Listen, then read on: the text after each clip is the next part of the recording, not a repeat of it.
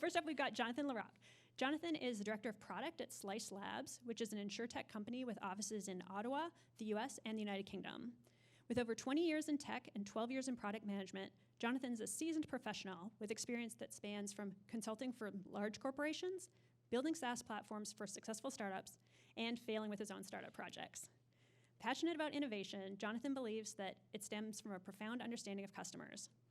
During his spare time, you'll find him biking, hiking, snowboarding, or snowshoeing in Gatineau Park with his family. And he'll be speaking with us today about jobs to be done. With that, pass it off to Jonathan. Thanks. All right. Yep. Thank you. Super happy to be here. Glad that it's ProductTank is rebooting, and glad to be the one breaking the ice. A bit nervous about it, that I don't want to have like too much pressure about bombing the first experience, but I'm super happy to be here. So this is me. Just had a great intro. Thank you for that. Basically, you can see me here just having fun with my kids in the Gatineau Park. I'm Director of Product at Slice.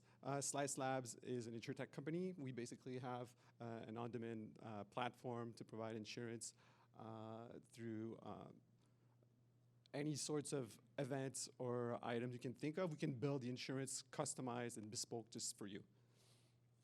So moving on. So I wanted to talk to you guys about jobs to be done today. So I'm going to move away from the Mr. Christensen. So jobs to be done is basically a theory on innovation that really aims at having a better understanding of your customers by focusing mainly on the outcomes instead of focusing on the features. As product managers, we all know that we think of features all the time. We think of ways to actually improve our products by throwing in new stuff. His thinking is more around how can we actually think of what the customer is trying to accomplish more than throwing new techie gizmos at the user. It was created by Clayton Christensen in 2016. Unfortunately, he passed away a month ago or so. He's a very well-known person in the business field. He created basically the concept of disruption. So every time any of you guys say the word disruption or hear the word disruption, it comes from this guy. He wrote a book back, I think, in 1997 called The Innovator's Dilemma, which made a huge splash back in the days. And he came up with that theory about jobs to be done as a follow-up to that book and the concepts within that book. The other, I'd say, important facts about jobs to be done is that contrary to other methodologies about innovation and thinking with your customers about new ways of creating features, he doesn't have a prescribed framework. He didn't do this to sell books or to sell a methodology or basically selling his own stuff. He just did that because he thought it was a good way to think about how we can actually solve problems. It's mostly based on user observation and user research. So it's not something that you do instinctively necessarily. You really need to take some time to pay attention to the problem you're trying to solve and to the people you're actually trying to help. And it's a very easy thing to understand. It's easy to apply as well, but it's a frame of mind that you need to build and develop.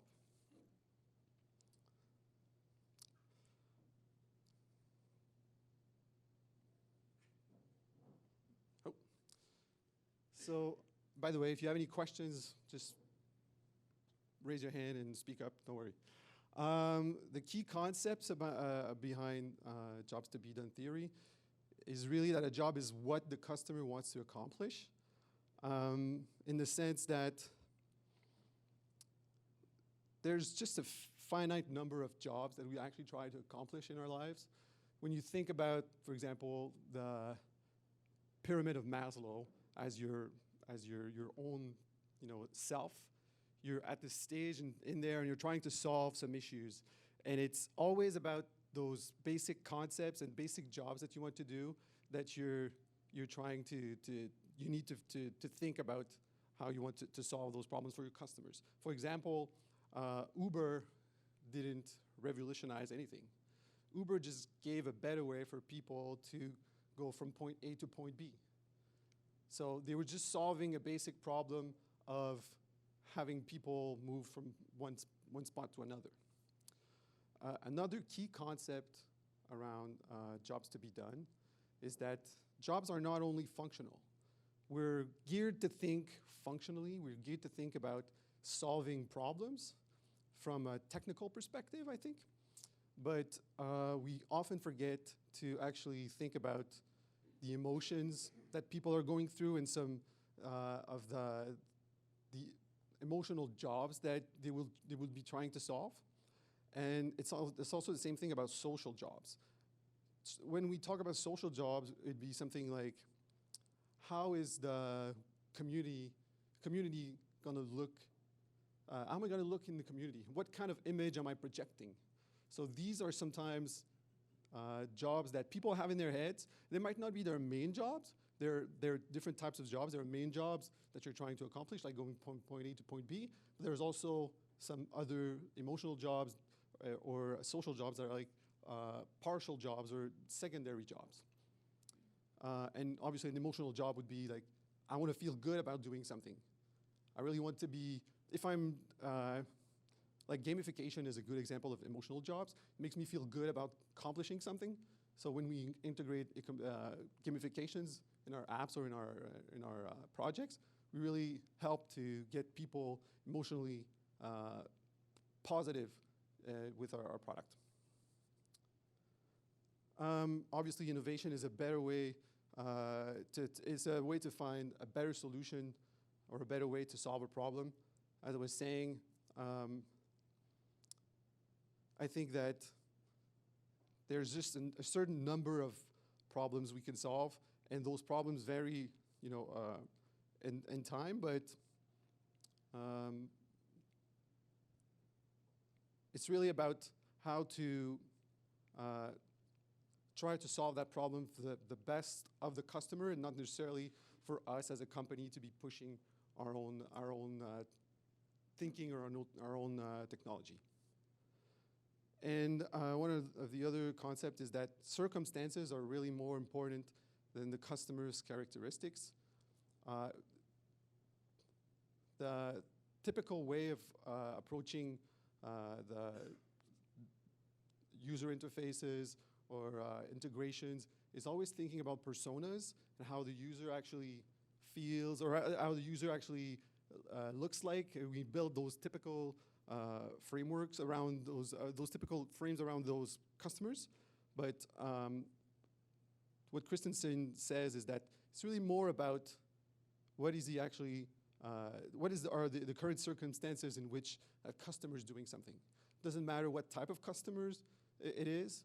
Ultimately, they're trying to solve a problem at a certain point in time, and that's that circumstance that's really important.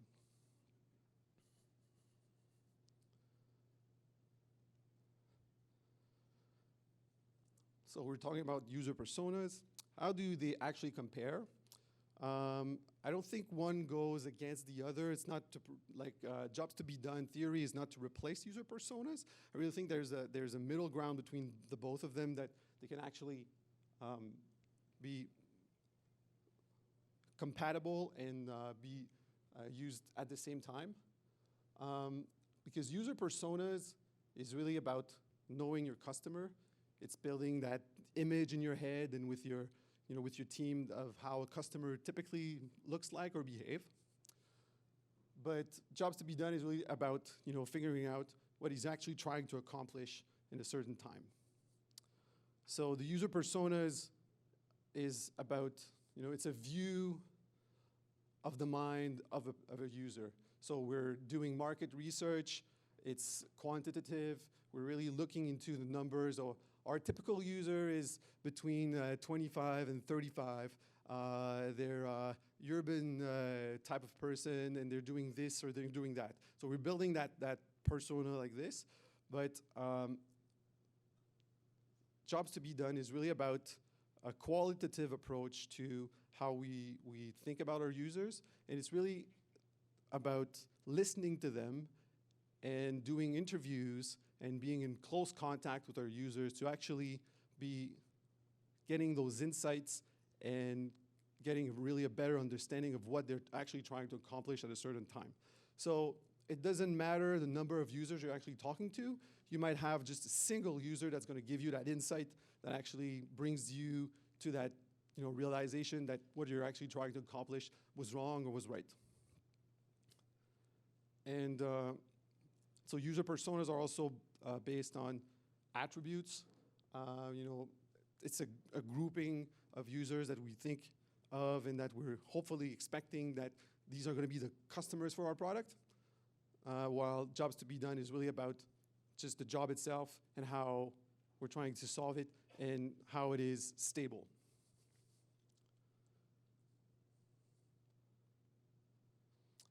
So I prepared a little exercise, and hopefully you'll all participate. So we've got a persona, Jeff.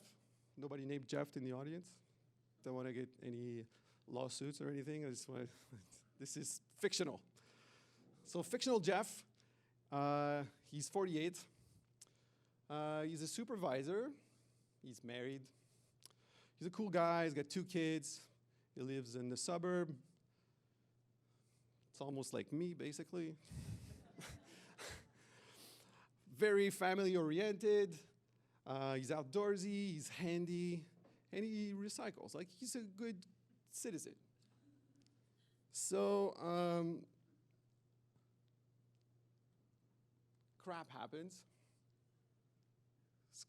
He's got some car troubles. He needs to buy a new car. So if we were to build his persona like this, what kind of car do you guys think he should be buying? Just throw names out there. SUV? What kind of SUV? Ford Escape. You think that would be big enough for his whole family?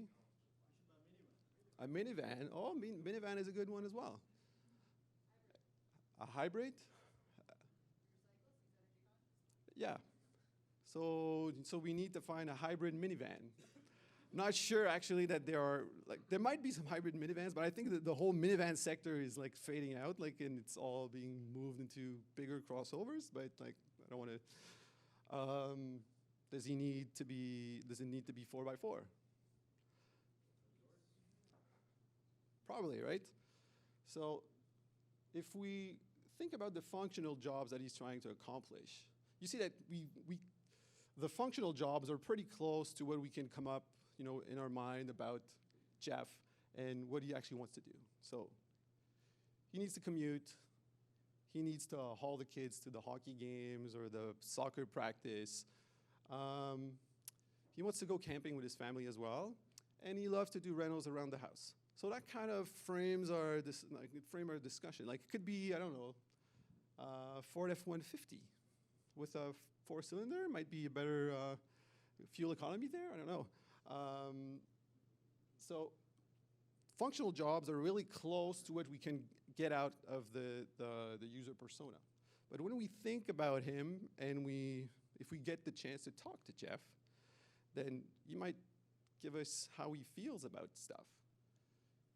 So his first job, emotional job that he has, is really to make his family happy. Like, he wants to be able to haul his kids everywhere and make it in a record time and making sure that everybody's happy. There's plenty of room. They got a screen, and they got spots to plug their USB devices and their gaming consoles basically in there. But he's also very conscious about his carbon footprint. But at the same time, Jeff's he's a guy, and he loves driving, and he loves to have that feeling of being behind the wheel and just enjoying driving. So that kind of frames the type of vehicle that Jeff might have, differently. And then if we actually think about the social jobs that Jeff is trying to accomplish, you see that these are all information that are not extracted from the user persona. It's more about going through his head and trying to understand his thinking. So his social jobs, he want to be hip. if that word is still used in 2020. He wants to be cool and modern. But at the same time, I think Jeff might want to have a promotion soon, so he want to be part of the elite. And he wants also to keep up with the Joneses and be like, doesn't want to be the guy that's driving a Kia in his neighborhood. He wants to drive something cooler. So what kind of vehicle are we thinking about now? We're going Tesla. We're getting the building materials delivered. Okay. Well, that's a good thinking. So if we're going Tesla, I think we've basically built the perfect persona to buy a Cybertruck, right? So just from the user personas, we would never have gotten to the Cybertruck. But by doing more research and more thinking around how Jeff feels and how he wants to present himself, we come up with a totally different picture. So finally, I just want to leave you guys with a final thought. I thought that was really apropos. Reed Hastings, you've probably seen that saying in maybe the last year or so. Reed Hastings, who's the CEO of Netflix, basically said that we compete with and lose to Fortnite more than HBO. So if you get into his frame of mind, like he's really thinking that customers, when they're using Netflix, they're not using Netflix necessarily to watch something. They're actually using Netflix with a different job in mind. They're using Netflix to actually have some kind of entertainment. They want to be entertained. So he also said at one point that he was competing with sleep because people have a finite amount of time. But in this sense, Fortnite is something that actually is taking users from him because we only have so many hours and we basically often only have a single TV in the house. So if somebody's playing Fortnite, then they're not watching Netflix. That's it.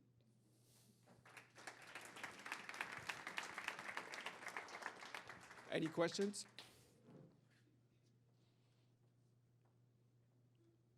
Yep.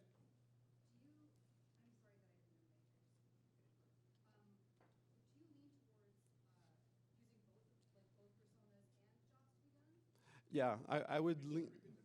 Yeah, do you lean between using one or the other, personas or jobs to be done? I would say that using them in conjunction is really, to me, the better approach because it allows you to think about the user at first and then actually delve into his mental psyche.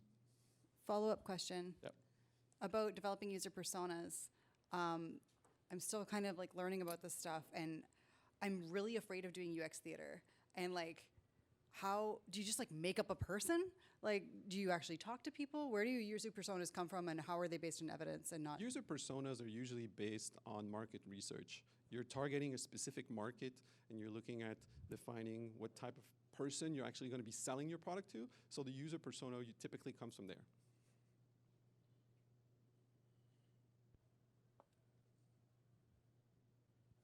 Yep.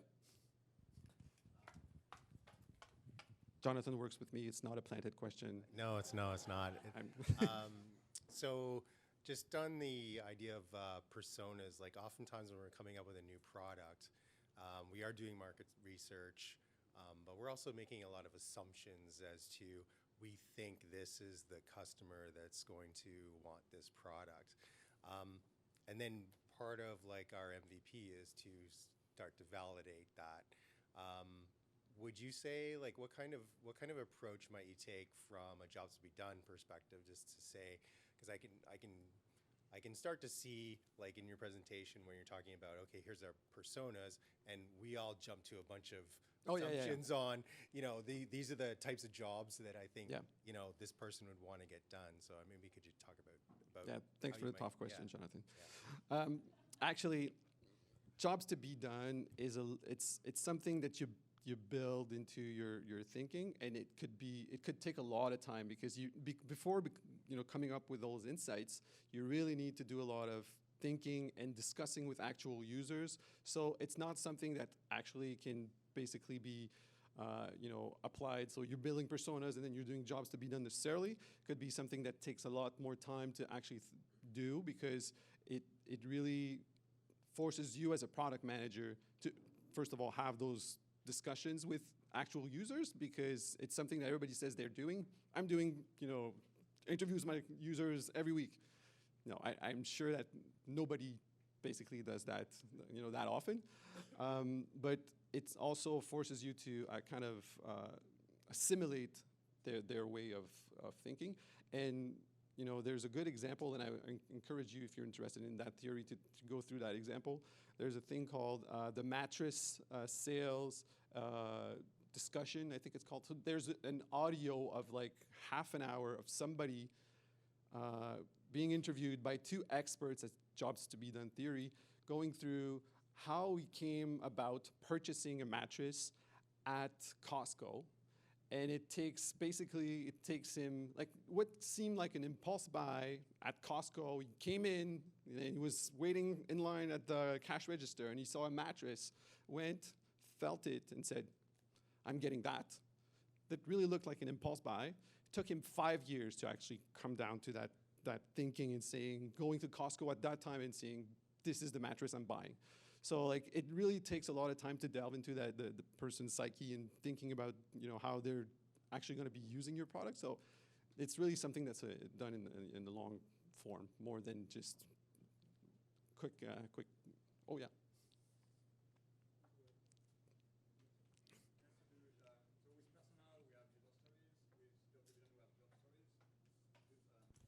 Yeah, with persona, we have user stories. With job to be done, we have job stories. So do you use job stories for your development process?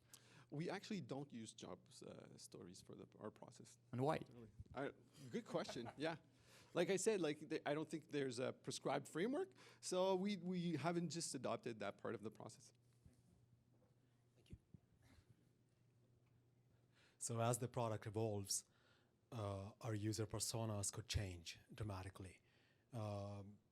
Would you say that our jobs to be done theory or jobs that we are trying to do is based on the user persona?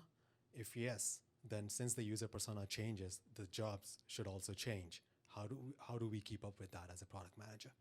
Well, I think the issue with user personas is it's more than that they actually change not only throughout the lifetime of our product, they actually change, like for example, in the purchase process or in the onboarding process, the user persona is actually going to change through that flow. So, and the jobs are basically stable, I think. Like they're more resilient to change than the user persona itself. Thank you. Thank you very much, everybody. Thank you. Thank you, John. I'm sorry to cut things off. If anyone has more questions for John, please feel free to follow up towards the end of tonight. I just want to move us along because we have two other great speakers we want to get to.